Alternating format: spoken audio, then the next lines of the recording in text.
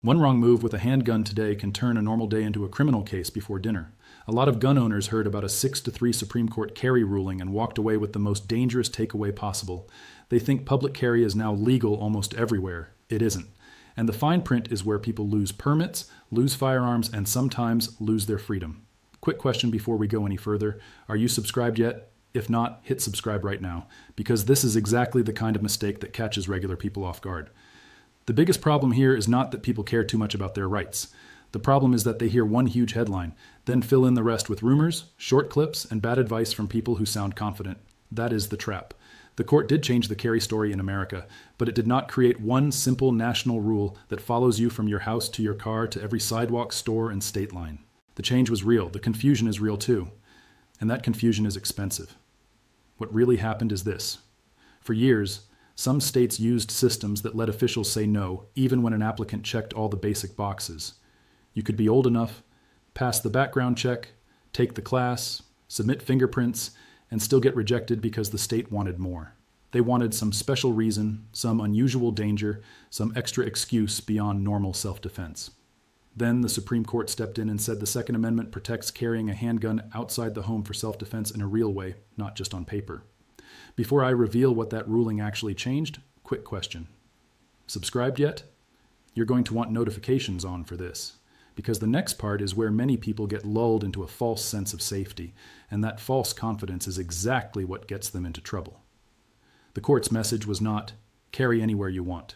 The message was much narrower and much more important. States could not keep using vague special need demands to block ordinary people from carrying just because they lacked some special status. That was the major shift. It moved the law away from pure discretion and toward clearer standards. In plain English, if a state is going to make you get a permit, it usually has to use rules you can actually see and measure, not a shrug and a personal opinion from a licensing official. That sounds simple, but this is where people make the second big mistake.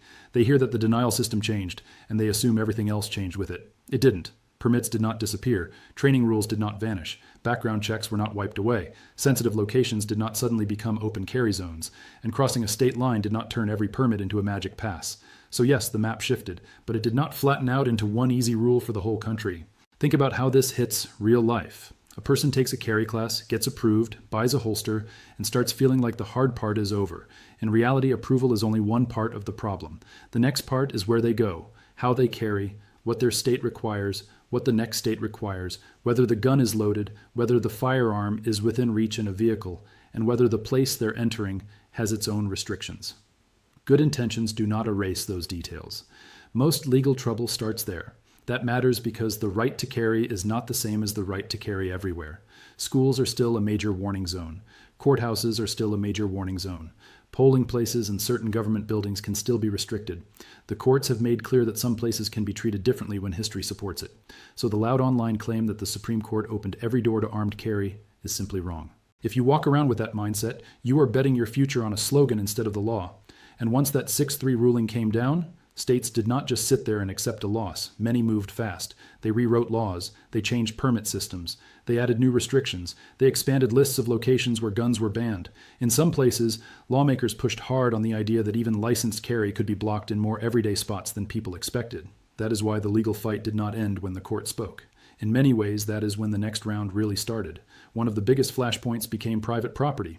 This is where regular people get blindsided because it feels ordinary.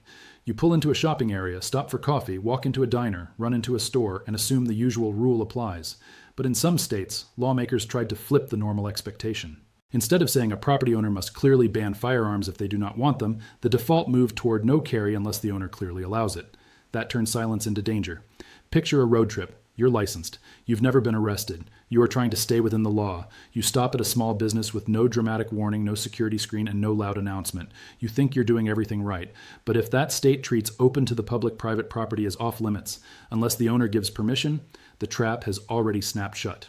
That is why this issue scares so many people. The place looks normal. The risk does not. Let me ask you something. If you care about your rights, hit that subscribe button. I'll wait. Because this is exactly the kind of topic where people lose those rights, not by being reckless, but by assuming the rules are simpler than they really are. Another reason this is so messy is that courts around the country have not spoken with one voice on all these new location bans. One court sees a law and says it goes too far. Another says most of it can stay. That means the rules are still moving. The broad direction changed nationwide, but the details are still being fought over piece by piece. So when someone says the law changed everywhere, the honest answer is yes and no. The old system changed. The everyday map is still unsettled. That brings us to travel, which is where bad assumptions become especially dangerous. A lot of people think if they are legal at home, they are mostly legal on the road. That is not how this works. There is still no true nationwide carry reciprocity.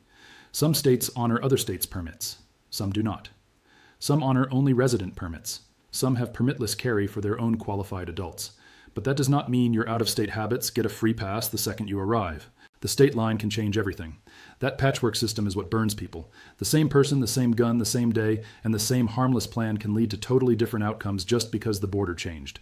A driver leaves one state where their setup is normal, heads into another for lunch or a family visit, and keeps doing what they always do. The gun stays in the same place. The routine stays the same. But the law around them has changed. That is how you get an arrest out of what felt like an ordinary errand. And no, the Supreme Court did not solve all of that for you.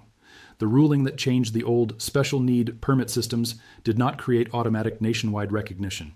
It did not erase transport rules. It did not unify vehicle laws. It did not promise that what counts as lawful carry in one place will count the same way somewhere else. That's why people who talk like one court case settled everything are setting others up for disaster. The law is broader in one area and still sharply different in many others. There is another layer that confuses people even more. Not every big gun case is a carry case. Some involve the home, some involve police entry, some involve possession by certain categories of people, some involve where a firearm can be taken. These are not all the same bucket. But online, they get mashed together into one loud message. A home search case gets treated like a public carry case. A carry case gets treated like a vehicle case. A possession case gets treated like a permit case. That confusion is poison. Take the idea of the home versus the street. The law treats those spaces differently. A ruling about police entering your home and taking firearms without a warrant, consent, or a true emergency matters a lot, but it is not the same question as public carry permits. If people blur those categories, they start thinking that because one ruling strengthened a right in one setting, every setting must now be wide open. That is not how courts work, and it is definitely not how prosecutors work when they build a case. Then there is the history test the courts now use more often. That phrase can sound dry, but it matters a lot. Judges now ask whether a modern gun restriction matches up closely enough with America's historical tradition of firearm regulation.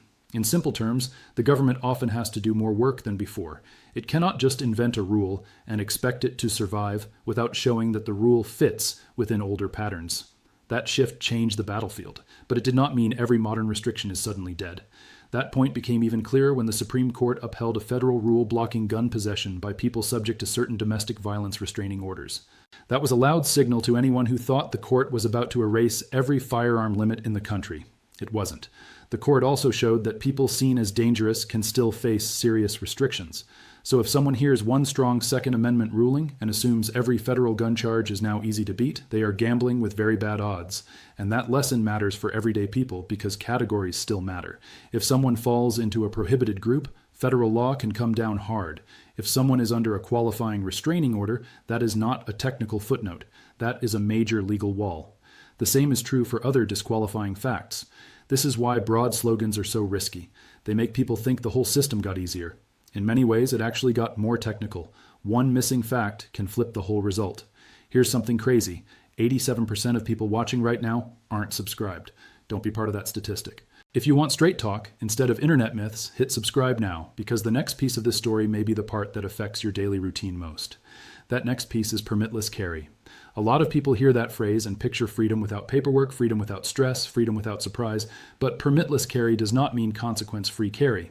Even in states that allow qualified adults to carry without a permit, rules still stack up around location, age, intoxication, police encounters, posted businesses, schools, vehicles, and federal law. So even when the permit requirement drops away, the rest of the legal terrain can still be packed with tripwires. This is where small decisions turn into very big problems. A person in a permitless carry state puts on a handgun before heading out for the day.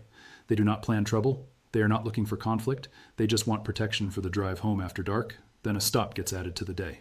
Maybe it is a school event, a posted business, or another place with its own rules. Suddenly the plan changes, and now the gun that felt legal an hour ago becomes the center of a criminal accusation. The law also cares about words more than most people realize. Carry is not always the same as transport.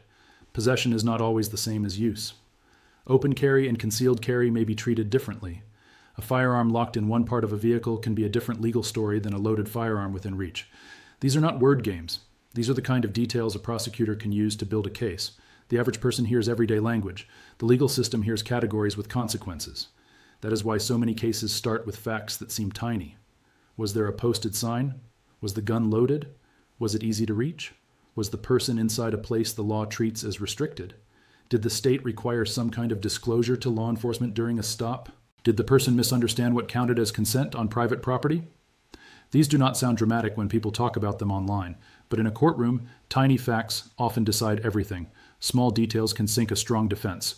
And remember, the Supreme Court did not make the system more forgiving. It made parts of the system more demanding in a different way. States now have less room to deny ordinary people for lacking a special need. That is true. But the fights that followed are now focused on places, categories of people, and technical conditions. So the ground moved. It did not soften. If anything, a lot of the danger moved out of the permit office and into the everyday places where normal people make normal stops. The safest mindset now is not, I heard a court case and I'm covered. The safest mindset is, I need to know the rule where I'm standing right now. That means your state, the next state, the exact building, the exact kind of property. The exact facts of your own situation. It may not sound exciting, it may not make for a flashy thumbnail, but it is what keeps regular gun owners out of court. Most legal disasters are not born from evil plans. They are born from outdated advice. That outdated advice comes from everywhere. A friend says the law changed and you are good now. A relative repeats a gun shop rumor. A social media clip leaves out the ugly details. Somebody online mixes 3 different court cases together and calls it the new rule. Then a traffic stop happens, or someone walks into the wrong building, or a business has a policy they never noticed and reality shows up all at once. By then, it is too late to say you were trying to be responsible. The charge is already there. That personal cost is what people ignore when they chase the easy version of the story. The damage is not just a fine. Depending on the state and the facts, you could lose your permit, lose the firearm, get arrested, spend money on a lawyer, miss work, face a record that follows you, or in serious cases go to jail. And even if the case falls apart later, the process itself can tear up your life. That is why getting this wrong is so much bigger than losing an argument online. So what is the real takeaway from this whole so-called nationwide carry shakeup? The court shut down the old idea that ordinary people must prove some special danger before they can carry for self-defense. That was a major change. It opened the door wider for many applicants. But the same court system also showed that restrictions still survive in key areas, especially when the issue is dangerous persons, certain locations, and other specific conditions. In other words, your rights matter, but details still rule your day. If you own firearms and you travel, that should shape your habits immediately. Never assume. Verify.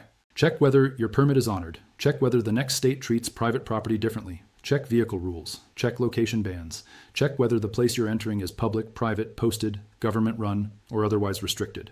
And if your facts are unusual, especially if there is any criminal history or restraining order in the background, guessing is the worst move you can make. The law does not grade on effort. At the end of the day, the biggest myth is not that the Supreme Court did nothing. It absolutely changed the landscape. The biggest myth is that the change made life simple. It didn't. It made one part of the system fairer for ordinary applicants, while leaving huge battles alive over where you can carry, when you can carry, and who can carry at all. That is why the story feels confusing. It is not one clean victory lap. It is a major shift, followed by 1,000 dangerous details. So bring it back to yourself. If you plan to carry, keep a firearm in your vehicle, or travel across state lines, this is about your life, not somebody else's headline. One wrong assumption at a gas station, a diner, a school stop, a courthouse entrance, or a state border can change your future fast. The smart move is not fear. The smart move is respect for how technical this has become. Stay careful, stay informed, and never let one loud headline convince you the fine print no longer matters.